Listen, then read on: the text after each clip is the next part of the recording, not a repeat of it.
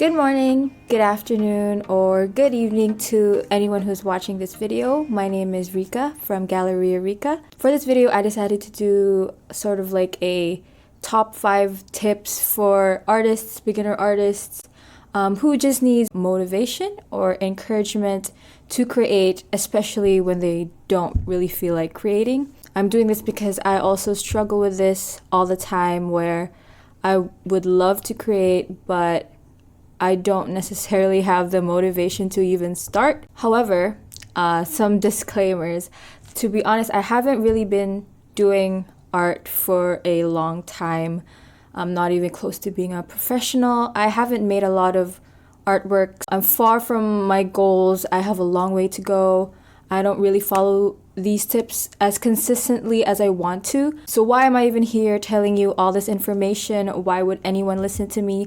Let me tell you why. I wanted to make this video because I myself also want to get better at following these tips consistently, mastering my craft and succeeding in this path that I chose. I thought that if I were to teach this stuff to someone other than myself, I not only would be helping that person, I would also be helping myself. Instead of moving forward, only trying to help myself and motivate myself, maybe sharing it to the world will help more, whether or not these people are even watching this right now. And I know that these tips worked every time that I did try to implement them. So we're gonna start off with number 1. I always hang up my artworks where I can see them. Now, what exactly does this do to help? As you can see at the back here, I have put up some of the artworks that I made on YouTube.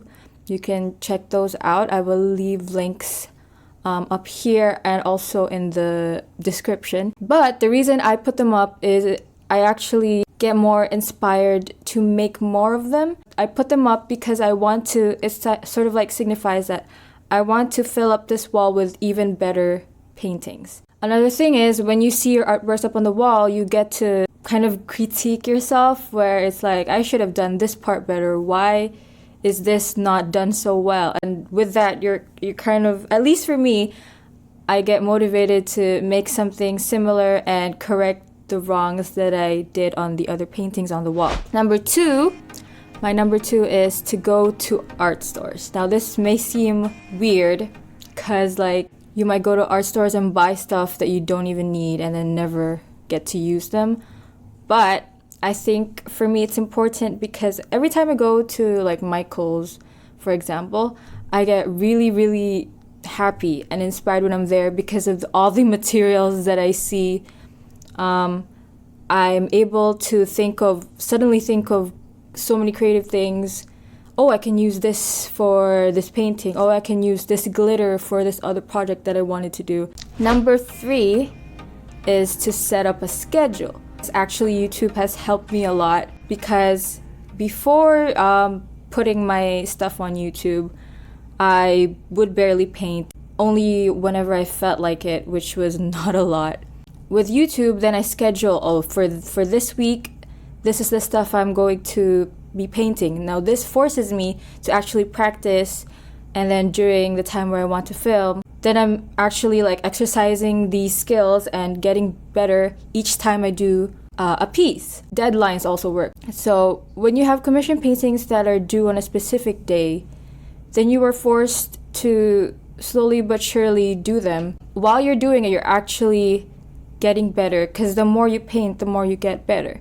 If you can, you should definitely try, accepting commissioned portraits, not only to get better, but to also develop that discipline and get better along the way. Number 4. My number 4 is to set up a comfortable studio space for you to work in.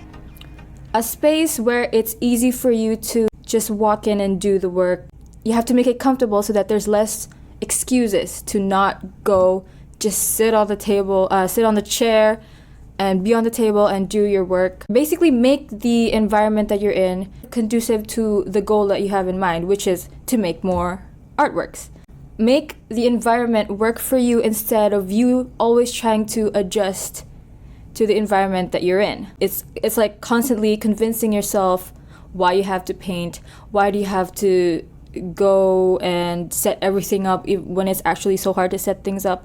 So what I did was it's actually been through so much, this basement, because I've been moving things around, trying to find what space works the best, how the tables should be arranged, where my equipment, materials, where do they go, so that it's easier for me to just come down here and just start painting. And I think this is the best one that I have set up so far. If you guys want to see how our little studio space here looks like, then comment down below so that I can make a video about it. I set it up in a way that it's easy for me to just go do that, and there's not a lot of sort of barriers that I have to go through just to make something. This is very important. I know that not a lot of people will have the space for it. Not everyone just has a spare room in their home. You can even just do this in your room, but just set up like even just a tiny section of your desk where all your material is there, and you see it all the time and you're there all the time, so that you're inspired to go and make some artworks. Number 5. This last one, I think it's kind of weird, but if you think about it, it makes sense. Number 5 is paint right after being in motion, whether it's you've already been painting or you have been maybe cleaning the room over there. The reason this works is in science, I'm sure all of you know this, the law of inertia, where objects that are in motion tend to stay in motion, objects at rest will stay at rest unless you actually do something about it, an outside force. So often in a day, oh my god, sometimes one day I don't get any paintings done because I never made the first move of just getting my body moving. Some days though, I find myself just painting the entire day and the time just goes by, and I've made so much progress in a painting that I'm doing, and I actually finish one that I never thought that I would finish that day, but because I started and then I just kept going, I was in this sort of flow state. That state is very important. Then I get to finish things a lot quicker than I thought I would. So that's a tip. Although I don't know if it's easy or not, it works. And I know that it's hard. It's hard to stay consistent and disciplined in one thing. But with practice and, just staying the course, you will definitely get better at it. Yeah, that's basically it for this video. If you would like more videos from me, any suggestions, video ideas, please comment them down below. Don't forget to subscribe. Click the like button. With that being said, thank you for watching this video, and see you guys in the next one.